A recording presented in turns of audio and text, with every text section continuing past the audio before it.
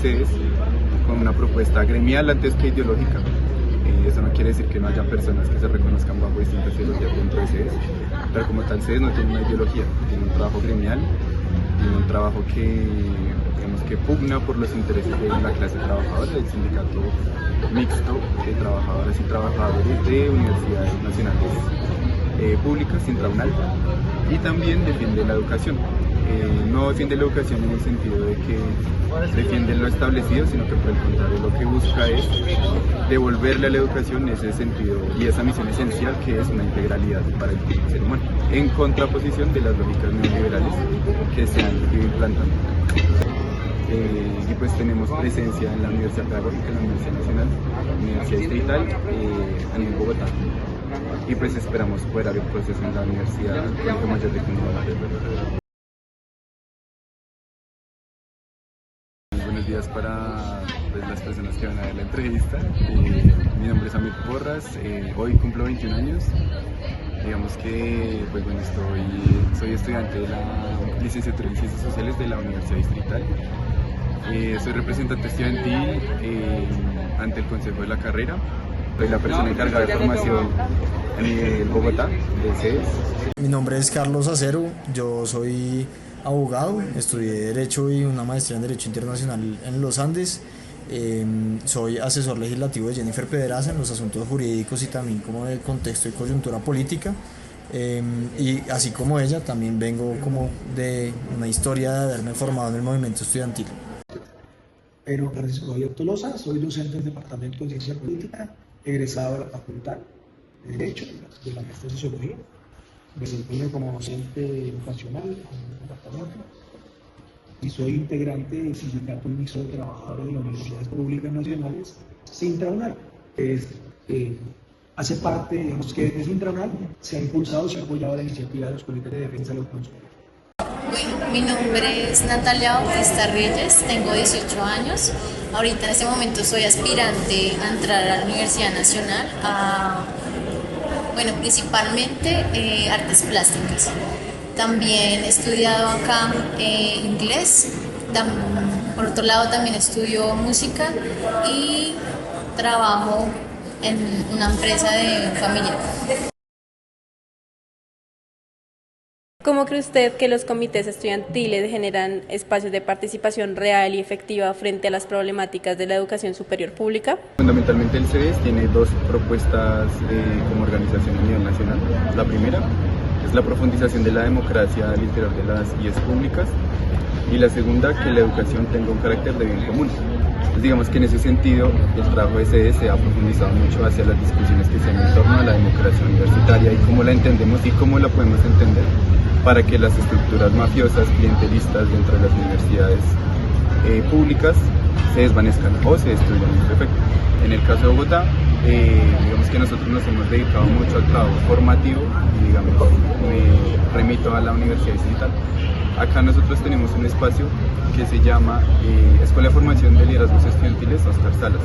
Es una escuela que nace con el propósito de darle alternativas al estudiante para que tengan la posibilidad de analizar las problemáticas estructurales, financieras, democráticas y de autonomía dentro de la universidad, para que de esta forma él o ella vaya tomando conciencia de su papel y su compromiso con respecto a la universidad que lo está acogiendo. Ahora bien, en la Universidad Nacional pues se están desarrollando, digamos, una serie de espacios y se están, digamos, que construyendo hasta ahora una serie de espacios relacionados a una sesión de formación con el proceso constituyente que lleva la Universidad Nacional, eso como lo entiende la gente. Digamos que esto fundamentalmente lo hacemos y digamos también en la pedagógica tenemos incidencia, pero entonces nosotros realizamos este trabajo, digamos, amplio con la gente con la finalidad de lo siguiente. La primera es darle herramientas al estudiante, independientemente si es en una escuela o si no es en una escuela, que en las discusiones asamblearias, tanto en los espacios de formación, el estudiante tenga la posibilidad de sentar una postura consciente de la problemática que abarca la universidad, que abarca el sistema educativo nacional. Y lo segundo es porque el día de mañana, si nosotros como organización planteamos una postura a un gobierno nacional, debemos haber tenido o debió haber existido un trabajo anterior a ello.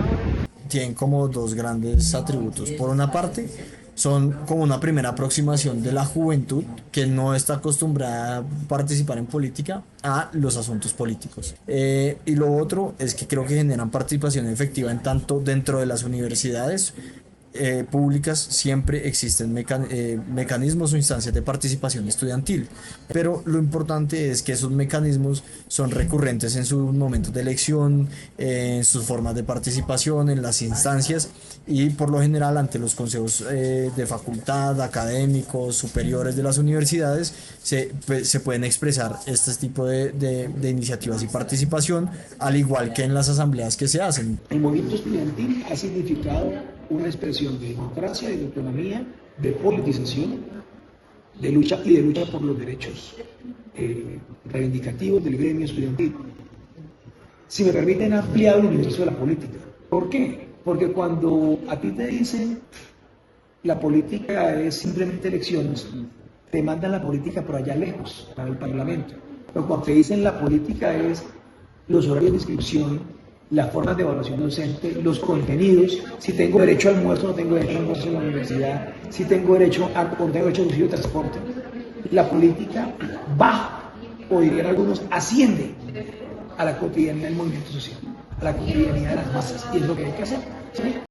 Yo considero que de las cosas más importantes que realiza un comité estudiantil es velar por los derechos de los estudiantes principalmente, más que otra cosa. ¿Es el estudiantado un sujeto político de transformación social en el ámbito de la educación superior pública? Responderíamos desde 6, sí, pero también son los trabajadores. Nosotros sí consideramos al estudiantado como el sujeto revolucionario de la educación superior pública en Colombia, pero al tiempo que es el estudiante no es nada sin el apoyo del trabajador, y así como el trabajador no es nada sin el apoyo del estudiante, es una relación recíproca. Es por eso que también se plantea esa unidad entre trabajadores a nivel general y estudiantes, como es el caso de Sintra UNAL. Es la facción estudiantil de Sintra UNAL. Creo que sí, y no solamente es como una percepción, sino que creo que la historia política de Colombia nos muestra al estudiantado como sujeto de transformación política. Y en los movimientos estudiantiles más recientes de este siglo, pues entonces uno ve a la MAN en su momento en el 2011 o después en el 2018, el movimiento por la educación de las universidades públicas, y uno siempre los ve como con propuestas, con iniciativa, con causar nuevos debates necesarios para la sociedad y que le ponen una agenda política y de conversación al país. Entonces sin lugar a duda terminan siendo un factor de generar ideas, controversia, política, discusión y muchas veces propuestas. Puede y debe serlo. Los sectores sociales y los sectores de clase, en este caso el estudiantado es un sector social, en sí mismo tiene unos intereses, pero solo cuando asume conciencia de estos intereses, cuando se convierte en un sujeto, se convierte en un sujeto político. Si me hago entender. Segundo, el estudiantado es un sector pluriclasista, plural ideológicamente, ¿no? Pero yo creo que efectivamente, y lo está demostrando la coyuntura, la juventud en Colombia es un sujeto básico para la transformación social. Yo considero que sí, completamente. De hecho, creería que es de los más importantes en cuanto a este campo, porque ¿quién más va a opinar? ¿Quién más va a decir y alegar sobre las cosas que nos aquejan a todos en conjunto como estudiantes, sino somos nosotros mismos? No creo que alguien que simplemente trabaje en sus oficinas, instalaciones y nunca vea lo que realmente aqueja a un estudiante que tiene que luchar con horarios, tiene que luchar con profesores, tiene que luchar con transporte, paros o lo que sea. No creo que él sepa muy bien qué decir respecto a qué es lo que aqueja como estudiantes. ¿Qué prácticas, políticas y colectivas considera importante integrar en los procesos de defensa de la educación superior pública? Bueno, yo lo dividiría en 4 ejes fundamentales. El primero es el cuidado colectivo, las prácticas del cuidado en el sentido de la defensa de los derechos humanos de las compañeras y los compañeros que desafortunadamente caigan digamos, presos dentro de una movilización, los derechos humanos que se le deben cumplir y se le deben respetar a compañeros, que se le abre un disciplinario dentro de alguna universidad por un meeting que se vaya a realizar. Creemos que son ese tipo de escenarios los que se deben alimentar dentro de los procesos organizativos. El segundo eje que diría yo sería el estudio y la formación, tanto académica como política, es lo que nos va a dar herramientas para enfrentarnos a ese aparato estatal. En el tercer momento, la disciplina, no una disciplina de perro, no una disciplina en la que le diga a la persona que está encargada, digamos, de su universidad y usted se lo diga sí o no, sino una disciplina en la cual usted reconozca su papel como un sujeto político, pero sobre todo un sujeto social y agente transformador dentro de su escenario inmediato. Si usted reconoce eso, usted está desarrollando un ejercicio de disciplina y no lo hace coercitivamente, sino por el contrario, lo hace convencidamente de que ese es el camino que usted debe emprender. Si usted se piensa en una universidad o un escenario donde usted esté estudiando distinto, radicalmente distinto. Creería que un cuarto sería una reflexión constante entre lo que leemos, el análisis que hacemos de la realidad, y qué puede salir de eso. ¿Cuál es, digamos, ese rumbo que nosotros planteamos? La primera, tal vez hoy la más importante, que justamente hoy se está debatiendo en el Senado, es la reforma a la Ley 30, que es la Ley General de Educación Superior. Otra que me parece muy importante es la democracia dentro de las universidades, y esto no solamente dentro de las públicas, sino también las privadas. Pero es que las instituciones tengan mecanismos de representación democrática en los distintos estamentos, es decir, que a los representantes estudiantiles no los elija el rector, los administrativos de la universidad, sino que sea un proceso verdaderamente participativo y democrático. Finalmente, uno que es muy novedoso, en Colombia, yo no sé si ustedes saben, pero la educación no es obligatoria en los grados de 10º y 11, es como opcional. Y eso ha generado unas brechas también de acceso y sobre todo de acceso a nuevas oportunidades a los y las jóvenes.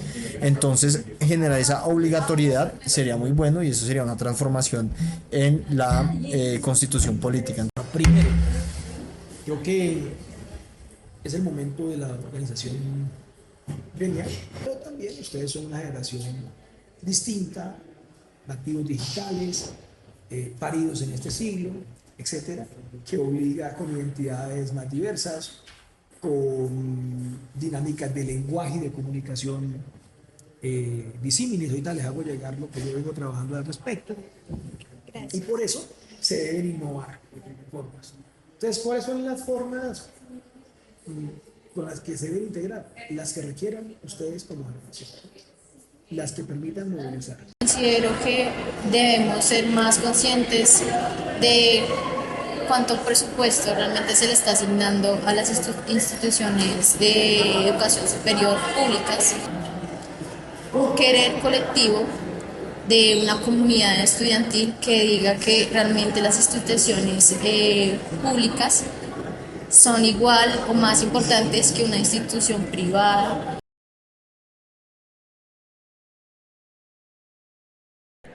Entre los diferentes grupos representativos de estudiantes, ¿existe actualmente unidad política para la defensa de las universidades públicas? Sí, digamos que lo fundamental es porque el movimiento estudiantil, pues no hay movimiento estudiantil.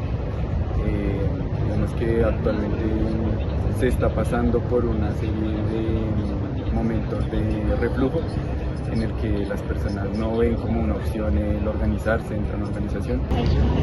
A lo que me refiero con esto es que como el grueso del estudiantado a nivel nacional no ve una vía, no ve como una vía el organizarse por todo este discurso que les he venido comentando, que nace desde el acuerdo de paz. Entonces consideran a las organizaciones estudiantiles, sociales o campesinas unos espacios de reclutamiento forzado, unos espacios donde hay presencia de grupos subversivos e insurgentes, y esto es algo que ha contribuido a la criminalización de la organización social y política al interior del país.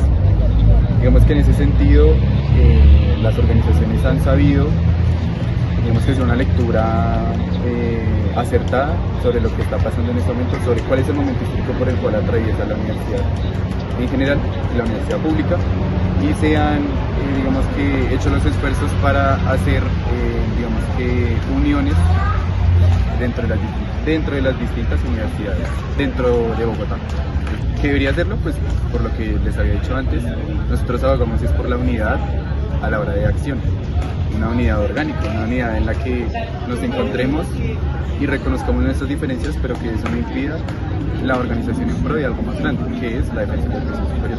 Bueno, yo creo que no, actualmente no existe esa unidad política y tampoco creo que exista un momento de auge en defensa de la educación. Como los movimientos sociales y el movimiento estudiantil no escapa de eso, siempre son como unas olas que van y vienen. Hay un momento donde hay una cresta de la ola que todo el mundo se quiere montar y surfear esa ola y divertirse, y hay momentos donde cae, y seguramente son los que están más, como siempre en el activismo, los que intentan mantener al movimiento. Sí y no. Hay una unidad de orden programático, yo creo que hay unas coincidencias importantes, pero también hay que decirlo, esta generación está joche, dirían ustedes en Bogotá, ¿no? Está aún no actualizado y no profundizado en un programa alternativo de educación superior. Lo segundo, la unidad está en grandes acciones, pero también, y es el legado de la represión estatal, el movimiento universitario sigue marcado por la división propia del activismo político, y un activismo político que fue el único refugio del estudiantado en las épocas de represión y criminalización durante el Frente Nacional. Ahí la gente se refugió, fue en grupos más políticos, menos gremiales, y hoy tenemos esa herencia, hemos podido avanzar en una única organización, aunque hay cada vez mayores sintonías de orden político y programático, pero falta profundizar en la elaboración programática de hoy.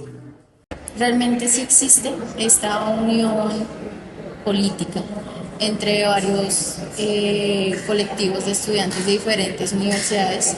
Sin embargo, en estos últimos años, claramente cada universidad ha tenido conflictos diferentes. Cada universidad pública tiene sus retos por presentar y realmente se ha visto, siento yo que se ha visto un poco separado esos colectivos estudiantiles unos de otros, y no hay como tal una fuerza colectiva entre ellos.